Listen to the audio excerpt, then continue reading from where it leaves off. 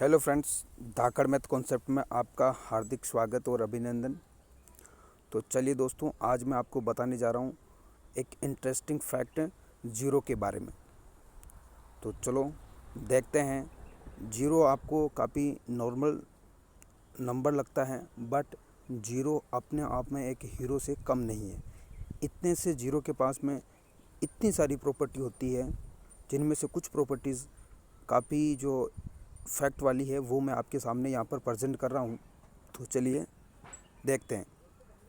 तो जीरो के बारे में सबसे फर्स्ट जो प्रॉपर्टी है मेरे पास में वो ये है कि जीरो का जो आविष्कार है वो किसने किया था। तो जीरो जो नंबर है उसका सबसे पहले जो यूज़ है वो आर्यभट्ट ने किया था।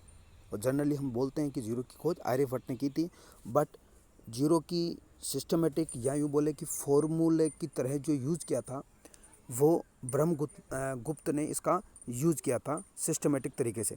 फिर उसके बाद में कई लोगों को कंफ्यूज होता है कि ज़ीरो पॉजिटिव होता है नेगेटिव होता है।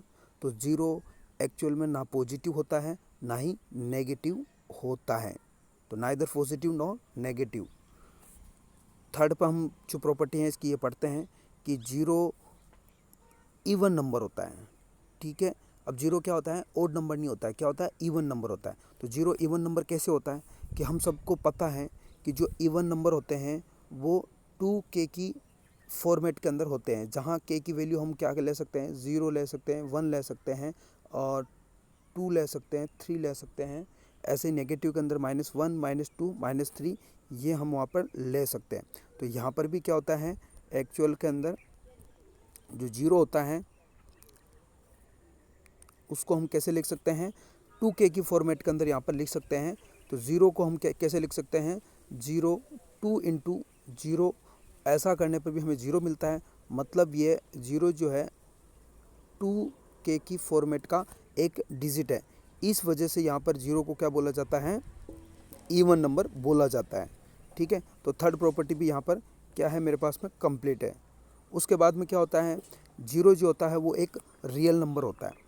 रियल नंबर का मतलब होता है यह नेचुरल नंबर भी होता है, यह मेरे पास में होल नंबर भी होता है, यह इंटीजर नंबर भी होता है, ये रेशनल नंबर भी होता है। तो यहाँ पर क्या होता है, जीरो रियल नंबर के अलावा भी जो इससे भी ऊपर वाली जो संख्या है जिसको अपन क्या बोलते हैं सम्मिश्र संख्या या कॉम्प्लेक्स नंबर, वो भी ये होता है। तो जीरो यहाँ पर बोला जाए कि किस किस प्रकार की संख्या है, तो ये सारी प्रकार की संख्या यहाँ पर आती है। अब यहाँ पर क्वेश्चन ये बन सकता है कि जीरो रेशनल नंबर कैसे हैं। तो जीरो रेशनल नंबर कैसे हैं कि जीरो को मैं क्या लिख सकता हूँ, p/q के फॉर्मेट के अंदर यहाँ पर लिख सकता हूँ। क्यों, जैसे कि मेरे पास में 0/2 यहाँ पर जो डिनोमिनेटर है उसके अंदर मैं 2 3 4 5 6 ऐसा कुछ भी लिख सकता हूँ। तो यहाँ पर क्या हो जाएगा, हमें जीरो को p/q के फॉर्मेट में मैं यहाँ पर लिख पा रहा हूँ। इस वजह से इसको क्या बोलते हैं, रैशनल नंबर यहाँ पर बोलते हैं। फिर नेक्स्ट मैं यहाँ पर आपको बताने वाला हूँ कि जीरो एकमात्र ऐसी संख्या है जिसको हम रोमन अंकों के अंदर नहीं लिख सकते हैं, कि only number that can not be represented in Roman numerals. तो यह एकमात्र, बाकी हमें पता है कि जो 1 होता है उसको मैं यहाँ पर फर्स्ट ऐसे रोमन के अंदर लिख सकता हूँ इसको, जैसे 2 होता है तो उसको मैं ऐसे करके लिख सकता हूँ। तो हमें सब पता है कि यहाँ पर 1 2 3 4 5 6 सबके रोमन डिजिट यहाँ पर होते हैं, बट जीरो एकमात्र ऐसी संख्या है जिसको हम रोमन डिजिट के अंदर यहाँ पर नहीं लिख सकते हैं। तो ये भी काफ़ी अच्छी इंटरेस्टिंग फैक्ट है। उसके बाद में कुछ यहाँ पर जो वैल्यूज़ हैं वो मैं आपको यहाँ पर बताने वाला हूँ। तो हमें पता रखना चाहिए कि 0/0 जो होता है वो एक अनडिटरमिनेंट फॉर्म होती है। मैथमेटिक्स में 7 अनडिटरमिनेंट फॉर्म होती है, उनमें से ये एक फॉर्म है जिसको अनिर्धारित यहाँ पर बोला जाता है। ये ऐसा इसलिए है कि 0/0 की जो वैल्यू होती है यहाँ पर हम कोई भी फिक्स नहीं कर सकते हैं। ऐसा क्यों, हमें पता है कि किसी संख्या में भाग देने का मतलब होता है, जैसे मैं 6 में 2 का डिवाइड कर रहा हूँ तो इसका मतलब यहाँ पर वैल्यू 3 आ रहा। इसका मतलब क्या है कि जिस भी यहाँ पर जो डिनोमिनेटर या हर के अंदर जो संख्या है उसका जो पहाड़ा हम कितनी बार बोलेंगे ताकि क्या हो जाएगा, 3 यहाँ पर आ जाएगा, मतलब सॉरी 6 यहाँ पर आ जाएगा। तो यहाँ पर ऐसे ही हम क्या बोलते हैं, जीरो की यदि टेबल हम यहाँ पर कंडक्ट करें तो 0 इंटू 1 करने पर भी यहाँ पर क्या होता है, 0 आता है। 0 इंटू 2 करने पर भी क्या होता है, 0 आता है। 0 इंटू 3 करने से भी यहाँ पर क्या होता है, 0 आता है। तो ऐसे यहाँ पर क्या हो रहा था, 2 की टेबल को हम यहाँ पर बोलेंगे तो कितनी बार बोलने पर यहाँ पर 6 आ रहा है, तो यहाँ पर तो हमें एक ही बार मिल रहा था कि 3 बोलने से यहाँ पर 6 आ जाएगा। बट यहाँ पर 0 की टेबल बोलने से यहाँ पर 1 बार टाइम्स बोलने पर भी यहाँ पर 0 आ रहा, 2 टाइम्स बोलने पर भी 0 आ रहा, 3 टाइम्स बोलने से भी 0 आ रहा। मतलब इसका आंसर 1 भी हो सकता है, 2 भी हो सकता है, 3 भी हो सकता है। इस वजह से यहाँ पर बोला जाता है कि 0 के अंदर 0 का डिवाइड करेंगे तो 0 लाने के लिए हम 0 की टेबल के अंदर 1 2 3 4 5 6 जितनी भी बार अपन बोलेंगे वहाँ से 0 आता जाएगा। इसलिए अपन बोलते हैं कि 0 में 0 का जो भाग देते हैं वहाँ पर कोई अनडिटर्मिनेंट मतलब कोई निश्चित संख्या नहीं आती है, उसका आंसर जो अलग अलग होता है। इस वजह से वहाँ पर क्या होता है, इसको अनडिटर्मिनेंट फॉर्म के अंदर बोला जाता है। दूसरी चीज़ यहाँ पर होता है कि 0 की जो पावर 0 होती है उसको भी हम अनडिटर्मिनेंट फॉर्म यहाँ पर बोलते हैं। ऐसा इसलिए कि फॉर एग्जांपल 0 की पावर 0 है, उसको अपन लिख देते हैं कि 0 माइनस टू ऐसा क्या हो जाएगा, यहाँ पर 0 हो जाएगा। फिर हमें पता है 2 माइनस 2 करेंगे तो ऊपर की तरफ 0 मिल जाएगा। फिर 0 की पावर 2 और इसको 0 की पावर 2 ऐसा लिख सकते हैं। जैसे ये करेंगे तो यहाँ पर क्या हो जाएगा, 0/0 बन जाएगा, क्योंकि 0 का स्क्वायर करेंगे तो 0 मिलेगा। और वापस हमें अभी थोड़ी देर पहले ही देखा था कि 0/0 क्या होता है, एक अनिर्धारित फॉर्म होती है। इस वजह से यहाँ पर 0 की पावर 0 भी क्या हो जाएगा, अनिर्धारित फॉर्म यहाँ पर मिल जाएगी आपको। फिर हम यहाँ पर नेक्स्ट यहाँ पर देखते हैं कि कोई भी निश्चित संख्या 0 के अलावा, यहाँ पर मैंने लिख रखा है कि जो n की वैल्यू 0 के बराबर नहीं होनी चाहिए, उसके अंदर यदि 0 का डिवाइड करते हैं तो हमें एक इन्फिनिटी यहाँ पर मिलता है।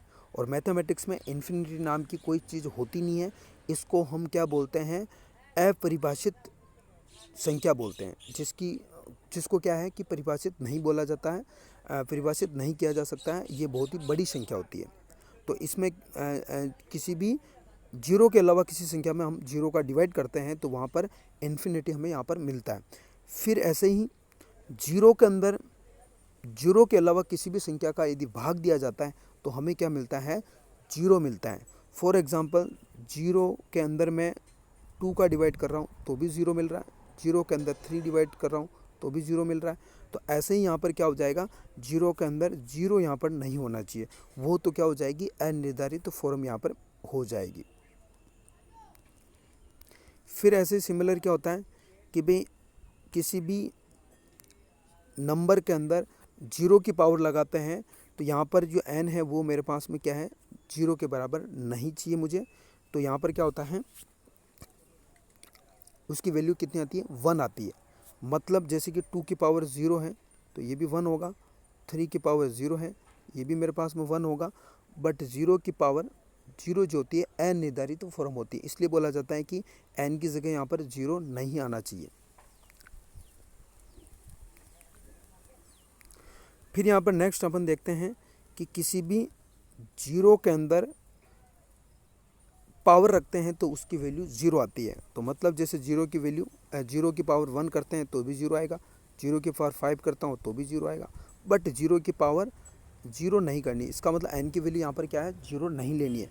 तो इन सब की वैल्यू कितनी आती है, मेरे पास में 0 ही आती है।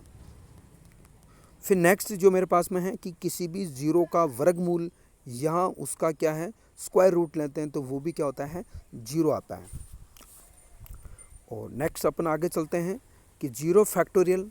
अब फैक्टोरियल के अंदर क्या होता है कि भी किसी भी नंबर का हम फैक्टोरियल लेते हैं, n फैक्टोरियल को हम क्या लिख सकते हैं कि n इंटू n-1 फैक्टोरियल। जैसे कि मैं यहाँ पर ले रहा हूँ 5 फैक्टोरियल, तो इसको मैं लिख रहा हूँ 5 इंटू 4 फैक्टोरियल, ऐसे यहाँ पर इसको क्या है, लिख सकते हैं।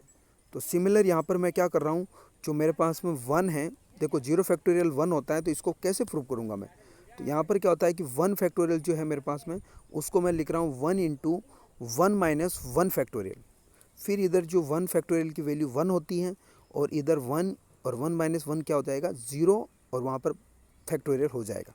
फिर 1 इंटू जीरो फैक्टोरियल के बराबर होगा, और यहाँ पर इसकी वैल्यू 1 मिली हुई है, तो जीरो फैक्टोरियल बराबर यहाँ पर क्या हो रहा है, 1 यहाँ पर मिल रहा है।